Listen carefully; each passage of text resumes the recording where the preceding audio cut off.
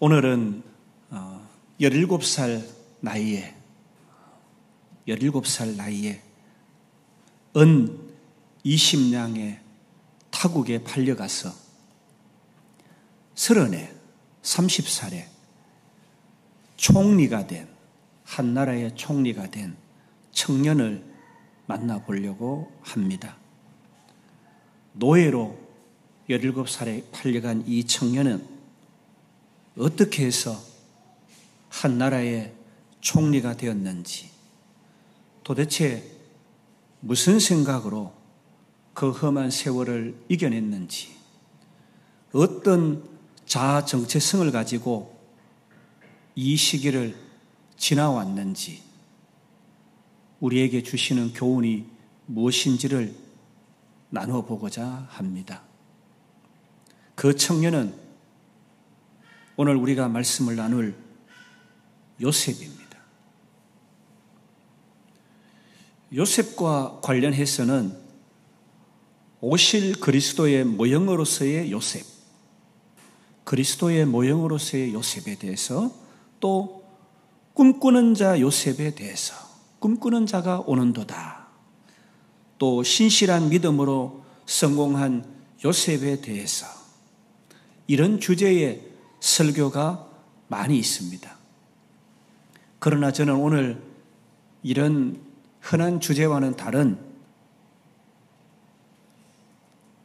시각으로 여러분과 함께 말씀을 나누고자 합니다. 우리 인생을 이미 계획하시고 축복하시고 인도하시는 하나님이 우리 인생의 모든 여정을 경영하신다는 믿음을 가진 한 청년 요셉에 대해서 생각해 보고자 합니다. 오늘 말씀의 주제는 꿈에 대한 요셉의 믿음입니다. 오늘 설교에는 세 사람의 꿈이 등장합니다.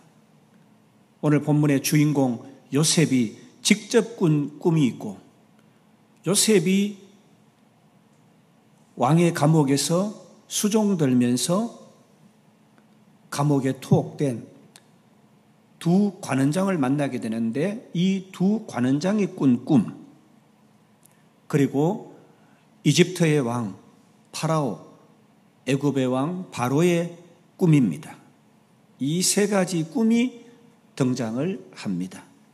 꿈을 꾼 사람도 다르고 꿈의 내용도 다르지만 이 모든 꿈의 계획과 그 계획을 이루시는 분은 하나님이다라고 고백하는 요셉,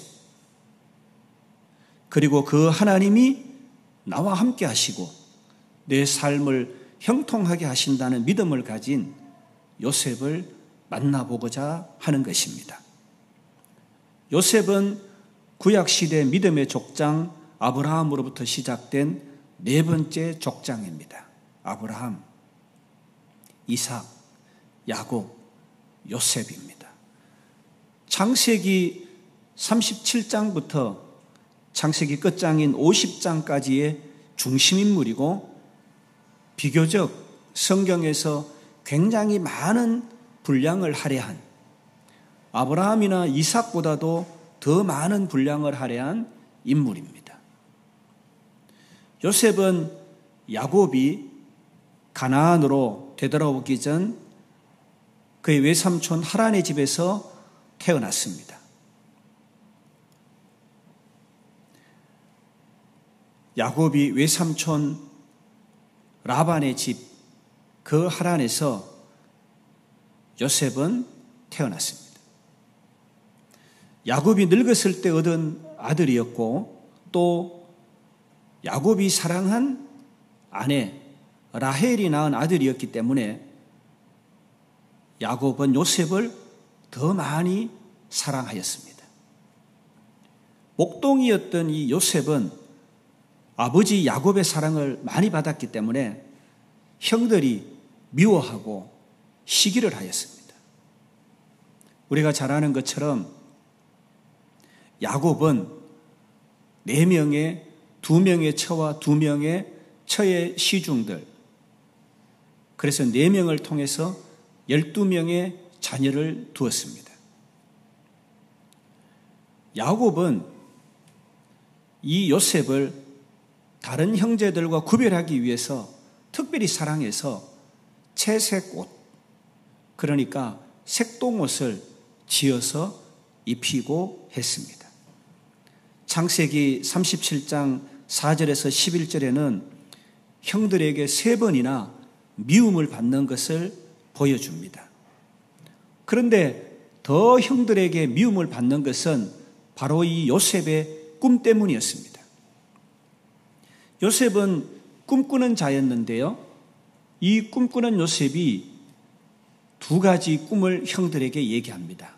하나는 밭에 곡식단이 12개 있는데 내 곡식단은 중간에 있고 중앙에 있고 형들의 곡식단 11곡식단은 내 주변에 둘러싸여 있는데 이 11곡식단이 다 나를 향해서 절하더라. 이런 꿈을 꿨어요 라고 형들에게 얘기하는 것입니다. 형들이 네가 왕이라도 되냐? 우리가 너에게 절을 한다고? 이렇게 미워하는 것입니다. 그런데 이 요셉은 또 2번째 꿈 얘기를 형들에게 합니다. 해와 달과 11별이, 그러니까 이제는 아버지, 어머니 다 형들 모두가 다 내게 절하더라. 그래서 이제는 아버지까지 말립니다. 그 꿈 얘기 하지 마. 그럼 더 미움받아.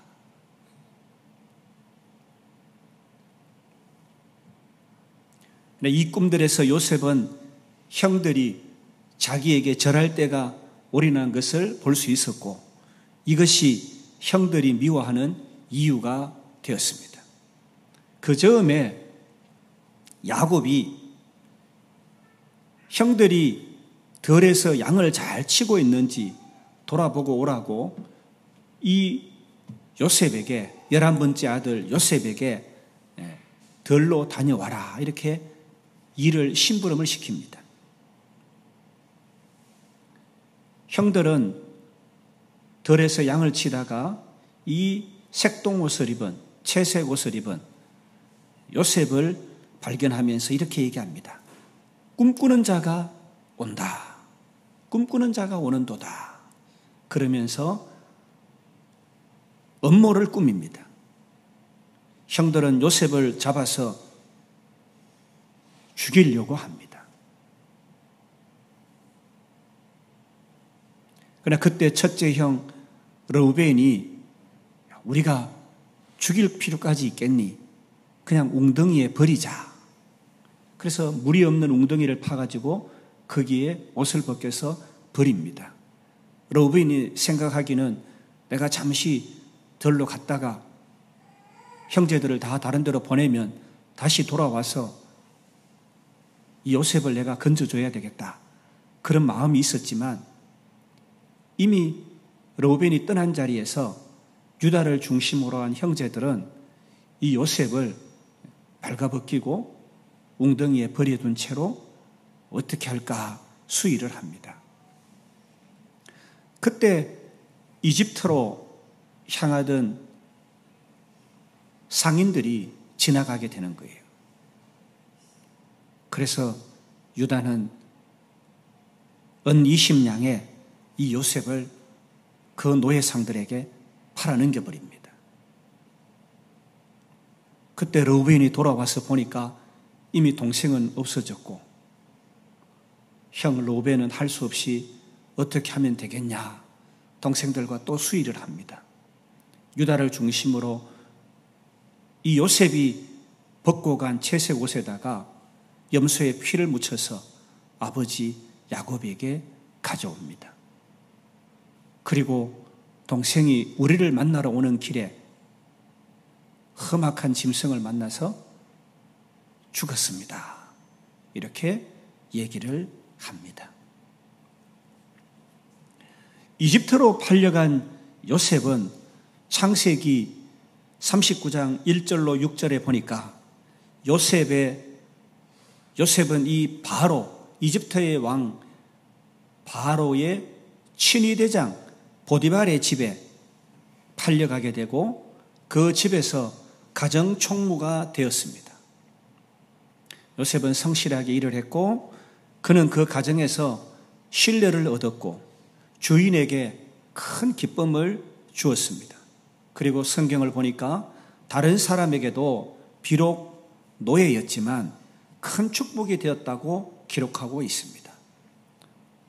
7절에서 12절에는 요셉이 이 보디발의 친위대장 보디발의 아내의 유혹을 받는 장면이 나옵니다. 보디발의 아내는 이 용모가 준수하고 건장한 청년 요셉을 끊임없이 유혹을 합니다. 유혹은 늘 실패로 끝났고 어느 날 요셉이 이 보디발의 아내의 유혹을 뿌리치고 뛰어나오면서 그 외투를, 그 옷을 보디발의 아내에게 남겨두고 오게 됩니다. 보디발의 아내는 이 요셉이 나를 범하러 와서 내가 소리를 치니까 이 옷을 버려두고 갔다라고 하면서 요셉을 옥에 가두게 됩니다. 이 옥은 보디발이 왕의 친위대장이기 때문에 왕의 죄수들을 가두는 그런 감옥이었습니다. 16절에서 20절에 보니까 요셉은 무고하게 고소를 당해서 왕의 죄수들이 가두는 옥에 갇히게 되는데, 그런데 21절에 보니까 그러나 감옥은 그에게 또 다른 축복의 장소가 되었다라고 말합니다. 창세기 40장 5절에서 22절에 감옥에 있는 요셉에게 2명의 왕의 죄수가 있는데 이 두 사람과의 만남이 있게 되고 이 두 사람 가운데 한 사람은 축복을 받고 한 사람은 저주를 받게 됩니다. 우리가 잘 아는 애굽 왕의 술 맡은 관원장과 떡 굽는 관원장이 감옥에 투옥되어 있는데 요셉이 이 두 관원장의 수종을 들고 있었습니다. 이 관원장에게서 두 번째 오늘 꿈 스토리가 나옵니다. 이 두 관원장이 꿈을 꿨는데 술 맡은 관원장은 내 앞에 포도나무가 있는데 이 포도나무에 3가지가 있고 짝이 나서 꽃이 피고 포도송이가 익었다. 그래서 내 손에 바로 왕의 잔이 있어서 내가 포도를 따서 그 포도로 즙을 짜서 바로에게 포도즙을 잔을 줬다라고 꿈 얘기를 합니다. 그래서 이 꿈이 무엇이냐라고 요셉에게 꿈 해석을 맡깁니다. 요셉은 이 포도나무 가지 3가지는 3일이다. 그리고 사흘 안에 당신의 전직, 술 맡은 관원장 그 직을 회복해서 바로에게 다시 잔을 드리게 될 것이에요. 이렇게 얘기를 합니다. 40장 14절에는 부탁까지 합니다. 당신이 잘 되면 나를 생각하고 내게 은혜를 베풀어서 내 사정을 바로에게 얘기해서 나를 이 집에서 좀 나가게 해주세요. 이 감옥에서 벗어나게 해주세요. 나는 히브리 땅에서 끌려온 사람이고 나는 저 가나안에서 끌려온 사람이고 나는 옥에 갇힐 만한 일을 행하지 않았어요. 범죄하지 않았어요. 이렇게 얘기를 합니다. 또 이 감옥의 떡 굽는 관원장은 흰떡 3광주리가 있는데 맨 위 광주리에 바로를 위하여 내가 각종 구운 음식이 있는데 새들이 내 머리에 있는 이 광주리에 와서 그걸 먹더라. 이게 무슨 꿈이냐? 해석을 좀 해달라라고 요셉에게 얘기를 합니다. 요셉은 새 광주리는 3일을 얘기합니다. 3일 안에 바로가 당신을 나무에 달아서 새들이 당신을 뜯어먹을 거예요. 이렇게 꿈 해석을 합니다. 이 3일, 사흘은 바로의 생일이었습니다. 술 맡은 관원장은 회복이 되었고 떡 굽는 관원장은 목이 매달렸습니다. 그러나 요셉이 자신을 기억해 달라고 부탁했는데 그 부탁은 잊혀지고 말았습니다. 감옥에서 요셉은 2년 동안 계속해서 투옥 생활을 합니다. 그때 이집트의 왕 바로가 꿈을 꾸는데 그 꿈에는 나일강에 바로가 서 있습니다. 그런데 아름답고 살찐 송아지 이 암소가 강가에서 올라와서 갈밭에서 풀을 뜯어먹고, 그런데 7마리 그 뒤에는 파리하고 흉한 여윈 7 다른 암소가 올라와 가지고 풀을 잘 뜯어먹고 있는 아름답고 건강한 7소를 잡아먹는 꿈을 꾸게 되는 것입니다. 그리고 다시 잠깐 깨었다가 바로는 또 꿈을 꾸는데 그때는 한 줄기에서 7가지 무성한 이삭이 나오고 그 후에 다시 가늘고 말라버린 7 이상이 나왔는데 이 가늘고 말라버린 동풍에 가늘고 마른 7가지가 충실하고 무성한 7가지를 삼켜버리는 거예요. 너무 해괴한 꿈을 연이어 꾼 이 바로가 이집트의 전역의 명령에서 이 꿈을 해석하는 점성가, 이 꿈을 해석할 점술가, 현인들을 불러와라. 그러나 이 꿈을 제대로 해석하는 자가 없었습니다. 그때 왕의 시중을 들던 술 맡은 관원장이 예전에 자기 꿈을 해석해 준 요셉이 생각나서 이런 지혜로운 자를 내가 감옥에서 만난 적이 있습니다. 그 자를 한번 만나보시겠습니까? 왕이 데려와라. 그래서 2년 동안 감옥에서 수염도 많이 나고 초췌하게 된 이 요셉을 단정을 시켜서 왕 앞에 데려옵니다.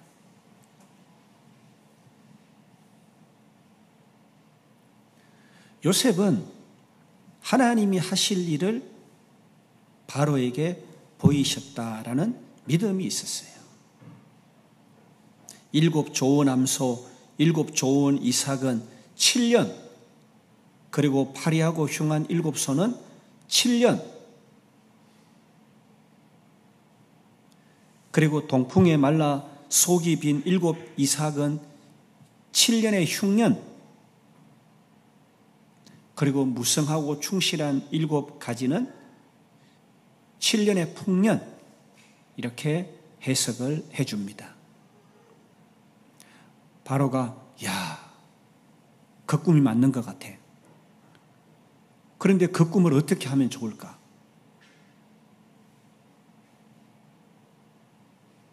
요셉은 이 7년을 잘 준비를 해가지고 7년의 흉년, 기근에 대비해야 됩니다. 뭐 어떻게 하면 좋겠니? 그러니까 매해 소출의 5분의 1을 각 성에다가 저장하게 해서 흉년이 들었을 때 백성들에게 나눠주게 하십시오. 그래서 흉년에 대비하라. 사랑하는 여러분, 그대로 되었겠죠? 성경 41장 38절에는요, 놀라운 말이 나옵니다. 바로가 그의 신하들에게 이르되 이와 같이 하나님의 영에 감동된 사람을 우리가 어찌 찾을 수 있으리요? 이렇게 얘기를 합니다.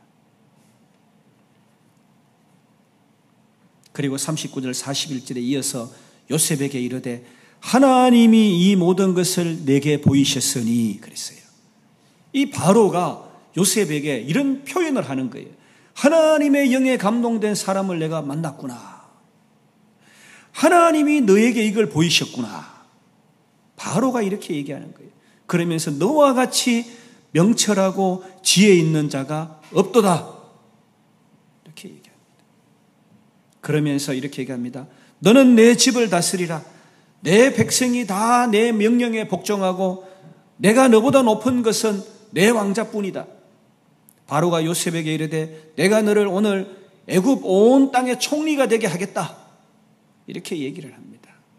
할렐루야. 사랑하는 여러분, 이 불신하는 바로가 요셉에게 이런 고백을 하는 거예요.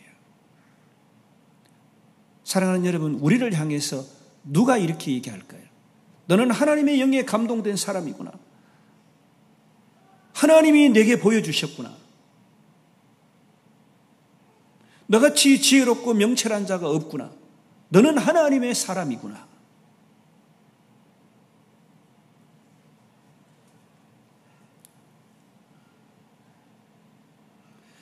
사랑하는 여러분, 오늘 제가 방금 말씀드린 것은 요셉의 꿈 얘기입니다. 그리고 요셉이 만난 두 관원장의 꿈과 바로 왕의 꿈 이야기인데요. 공통점은 무엇이에요? 이 세 가지는 다 이루어졌다는 것입니다. 이 꿈들은 다 이루어졌는데 이 꿈들 가운데 나타난 주인공 요셉은 오늘 우리가 읽은 본문 창세기 41장 25절 하반절의 말씀처럼 하나님이 그가 하실 일을 보이셨다라는 것에 저는 주목을 하고자 합니다. 그렇습니다. 하나님이 하십니다. 하나님의 주권 아래에 있기 때문에 하나님의 뜻대로 되어진다고 믿고 그 믿음을 순종하고 신실하게 하나님의 일하심을 바라보고 서 있는 요셉을 주목해 보자라는 것입니다. 요셉 자신의 꿈도 다른 사람의 꿈도 하나님의 섭리와 주권 아래에 있고 하나님이 이루신다는 믿음이 있었기 때문에 그 모든 상황 가운데 형통함이 있었던 것입니다. 여러분, 형통함이 무엇이에요? 우리는 그저 잘 되는 것이에요. 그러나 하나님께서 바라보는 형통함은 그저 우리가 잘 되는 것, 그것만은 아니에요. 하나님의 뜻대로 인도함 받는 것입니다. 때로는 그 과정이 우리를 모질고 험하게 몰아붙여도 하나님의 뜻이 이루어지는 것, 그것이 형통함인 것입니다. 39장 2절에 팔려간 보디발의 집, 그 집에 이 하나님의 영에 감동된 요셉이 있었기 때문에 여호와께서 요셉과 함께 하심으로 그가 형통한 자가 되어 그의 주인 애굽 사람의 집에 있으니 그랬어요. 여러분, 노예인데 어떻게 형통하겠어요? 그러나 오늘 성경은 기록하고 있어요. 이 노예 생활을 했던 보디발의 집에서 거기에서도 하나님은 요셉과 함께 하셨다라고 성경은 기록하고 있고 그가 형통한 자가 되어서 그의 주인 애굽 사람의 집에 있었다라고 말씀하고 있습니다. 그리고 바로 왕의 그 감옥에 갇혔어도 39장 23절에 보니까 이는 여호와께서 요셉과 함께 하심이라 여호와께서 그를 범사에 형통하게 하셨더라. 여러분, 감옥에서 지금 투옥되어 있는, 수감되어 있는 이 죄수에게 하나님은 함께 하셨고 형통하게 하셨다라고 말씀하고 있잖아요. 도대체 우리가 생각하는 형통과 하나님이 오늘 성경에 기록한 이 형통은 무엇이 다른가요? 여러분, 우리는 형통하다 그러면은 잘 되고 번성하고 번영하고 그런 것을 형통이라고 얘기하잖아요.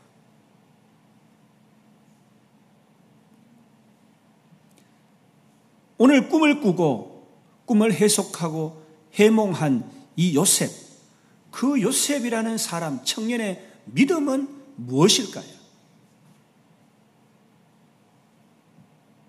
오늘 말씀의 주제, 꿈에 대한 요셉의 믿음은 무엇일까요?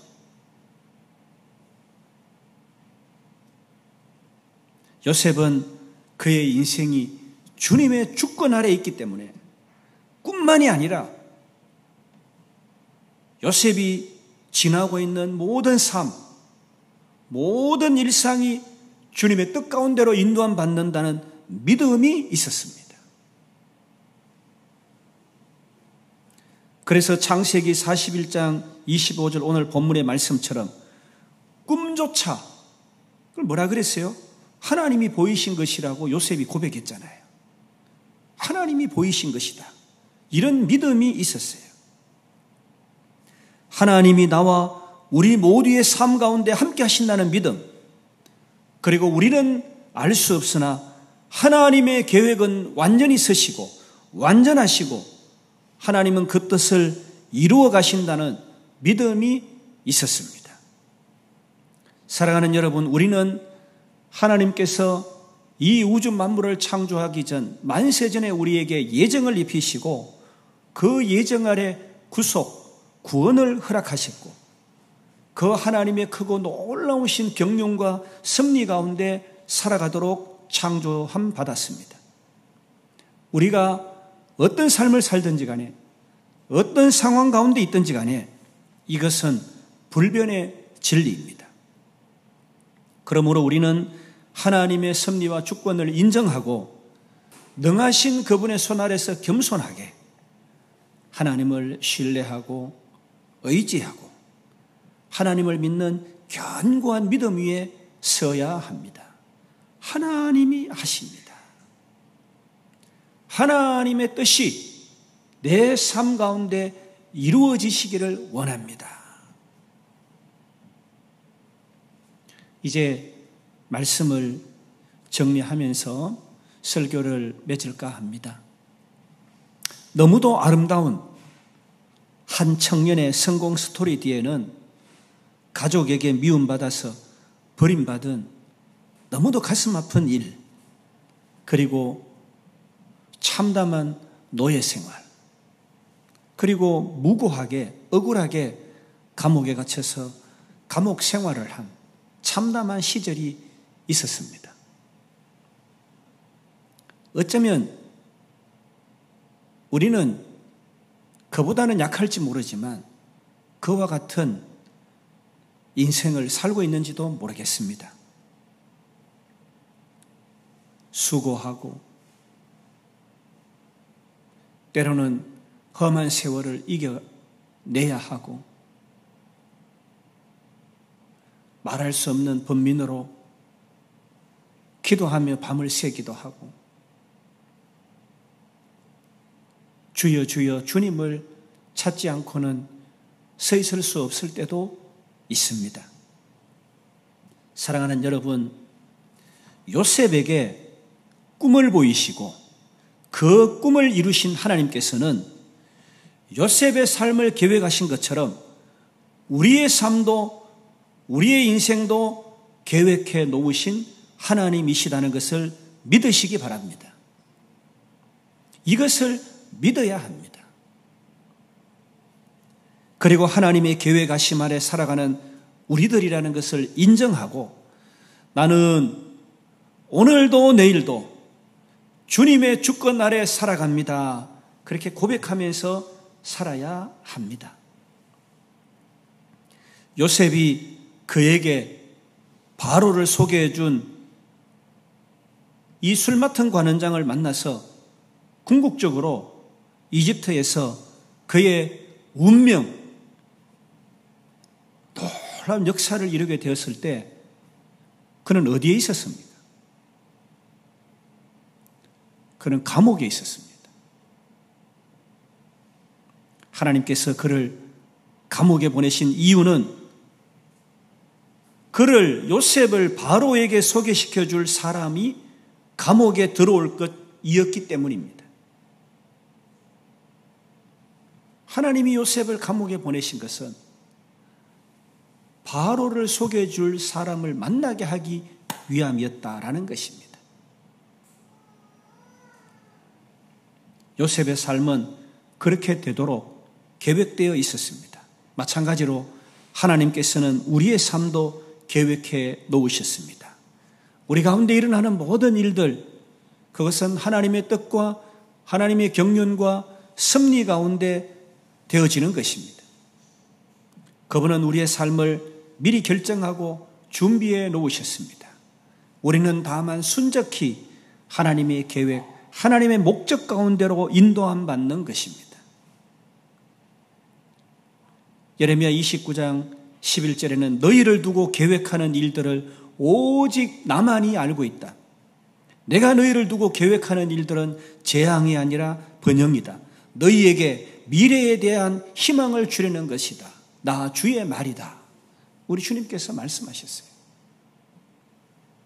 예레미야 1장 5절에서도 내가 너를 모태에서 짓기도 전에 너를 선택하였고 네가 태어나기 전에 너를 거룩하게 구별해서 뭇 민족에게 보낼 예언자로 세웠다. 이렇게 말씀하고 있습니다. 사랑하는 여러분, 하나님은 하나님께서 계획하신 그 목적, 그 계획, 그 꿈을 축복해 주십니다. 요셉을 향하신 하나님의 계획, 예측할 수도 없고 상상할 수도 없는 미래였지만 요셉은 알 수도 이해할 수도 없는 상황 가운데로 인도함 받았잖아요. 그랬지만 하나님은 요셉에게 향하신 그 계획을 축복하신 것입니다.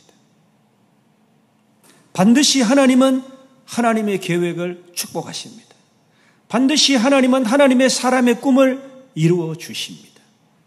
하나님은 반드시 하나님의 사람을 하나님께서 창조하신 목적대로 축복해 주시는 것입니다. 그래서 하나님의 피조물 우리들은 더욱 하나님을 의지해야 합니다. 하나님은 우리의 꿈과 우리의 소망과 우리의 모든 비전을 축복해 주시기 때문에 우리는 더욱 하나님을 의지해야 하는 것입니다. 우리 인생을 향하신 하나님의 계획을 하나님의 창조 목적대로 운영하시고 그 계획을 이루시길 축복하시는 것입니다. 너희는 사람을 의지하지 마라. 그의 숨이 코에 달려 있으니 수의 새말 가치가 어디 있느냐? 사랑하는 여러분, 하나님이 아닌 엉뚱한 곳에서 사람에게 도움을 구하거나 물질에게 도움을 구하거나 그래서는 안 됩니다. 다윗은 시편 121편 1절로 2절에 이렇게 고백합니다. 내가 나의 도움이 오는 산들을 향하여 내 눈을 들어 올리리니 나의 도움이 하늘과 땅을 지으신 주께로부터 오는도다. 이렇게 고백하고 있습니다. 인생을 창조하신 그 하나님, 세상을 창조하신 그 하나님께 우리의 꿈과 소망과 비전을 두고 그 하나님을 의뢰해야 되는 것입니다. 우리의 도움을 주님께 둬야 되는 것입니다. 다윗은 그의 도움이 사람으로부터 오지 않는다는 것을 알았습니다. 그는 하나님을 의뢰하였습니다. 여러분 시편 125편 1절에 여호와를 의지하는 자는 시온산이 흔들리지 아니하고 영원히 있음 같도다. 잠언 14장 26절에는 여호와를 경외하는 자에게는 견고한 의뢰가 있나니 그 자녀들에게는 피난처가 있으리라. 우리 삶을 하나님의 섭리로 인도하시면서 축복하시는 하나님께서는 성령 하나님과 동행하는 삶, 날마다 성령님을 통해서 그 섭리를 이루어 가시는 하나님이십니다. 요한복음 14장 16절로 18절에 내가 아버지께 구하겠으니 그가 또 다른 보혜사를 너희에게 주사 영원토록 너희와 함께 있게 하리니 그는 진리의 영이라. 세상은 능히 그를 받지 못하나니 이는 그를 보지도 못하고 알지도 못함이라. 그러나 너희는 그를 아나니 그는 너희와 함께 거하시며 또 너희 속에 계시겠습니다. 내가 너희를 고아와 같이 버려두지 아니하고 너희에게로 오리라. 아멘. 예수님께서 이 땅에서 행하실 때는 도우시는 분이셨으나 성천하기 전에 내가 아버지께 구하겠다. 그가 또 다른 도우시는 일을 너희에게 주실 것이다. 이렇게 말씀하고 계십니다. 우리를 도우시는 성령 하나님이 지금 우리 가운데 내주하고 계십니다. 그러므로 사랑하는 여러분, 허탄한 것에서 도움을 찾지 마십시오. 도우시는 분이 우리 가운데 계시는 것입니다. 우리가 성령 하나님과 풍성한 교제를 지속할 때 그분이 우리 걸음을 인도하셔서 그리스도 안에 있는 우리의 운명을, 우리의 삶을, 우리의 장래를 책임져 주시고 도와주시는 것입니다. 모든 상황 가운데서 요셉은 너무도 아름답게 빛났습니다. 형들에게 미움받는 가운데서도, 노예 생활하는 가운데서도, 감옥에서도 요셉의 삶은 너무도 어렵고 힘들었지만 그래도 찬란하게 빛이 났잖아요. 하나님은 우리를 창조하신 목적대로 우리를 인도하시고 우리로 결국은 승리케 하시고 매 순간 우리를 찬란하게 빛나게 하시는 것입니다. 너희는 세상의 빛이라. 산 위에 있는 동네가 숨겨지지 못할 것이요, 이같이 너희 빛이 사람 앞에 비치게 하여 그들로 너희 착한 행실을 보고 하늘에 계신 너희 아버지께 영광을 돌리게 하라. 예수님은 오늘 본문 9절에서 너희는 세상의 빛이라, 산 위의 동네가 숨겨지지 못할 것이요 라고 말씀하시잖아요. 그런데 거기서 말씀이 끝나지 않고 이같이 너희 빛이 사람 앞에 비치게 하여 그들로 너희 착한 행실을 보고 하늘에 계신 너희 아버지께 영광을 돌리게 하라라고 더 말씀을 하시는 거예요. 야곱의 아들 요셉, 그의 형제들로 인해서 노예로 팔려갔고 후에는 부당한 고소로 감옥에 갇힙니다. 그러나 요셉은 모든 역경 속에서 빛이 났고 결국 하나님의 계획과 목적에 따라 타국에서 총리가 되었습니다. 하나님께서 사랑하는 여러분, 우리 모두에게도 빛을 발하여 하나님의 영광 나타내시기를, 하나님의 영광을 나타내기를 원하십니다. 우리 삶의 모든 과정 가운데 하나님이 함께 하신다는 믿음, 우리의 모든 꿈과 모든 소망도 하나님의 섭리 아래, 그분의 전적인 주권 아래 되어진다는 믿음으로 날마다 그분을 의지하고 더욱 인정하고 신뢰하고 성령 하나님과 동행하는 저와 여러분 다 되시기를 주님의 이름으로 축원합니다. 기도하겠습니다.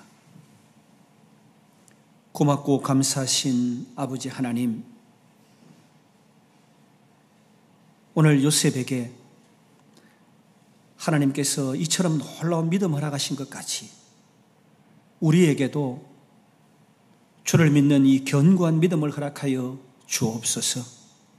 우리의 일생이 주님의 뜻과 계획과 경륜과 섭리 가운데 되어진다는 것을 믿는 믿음을 주시고 그 계획과 그 목적대로 인도하시는 하나님을 의지하며 그 계획과 그 목적을 축복하시는 하나님을 신뢰하며 주님과 동행하는 삶으로 주님께 영광을 돌려드리는, 우리를 창조하신 목적을 순응하고 순적히 이루어 하나님께 영광을 돌려드리는 우리 모두가 다 될 수 있도록 축복하여 주옵소서. 하나님, 우리는 상황이, 우리의 삶이 고단하고 힘이 들 때에 때로는 하나님의 뜻과 경륜과 섭리를 부정하거나 망각하고 우리의 뜻과 섭리 가운데 설 때가 많이 있음을 고백합니다. 연약한 우리들을 불쌍히 여기셔서 우리 주님과 동행하는 견고한 반석 위에 세워주시고 그래서 승리해서 하나님께 영광을 돌려드리며 하나님의 뜻 가운데로 인도함 받아 의와 평강과 희락의 삶을 살아드리는 복된 생애가 되도록 축복해 주시옵소서. 예수님 이름으로 감사하며 기도드립니다. 아멘.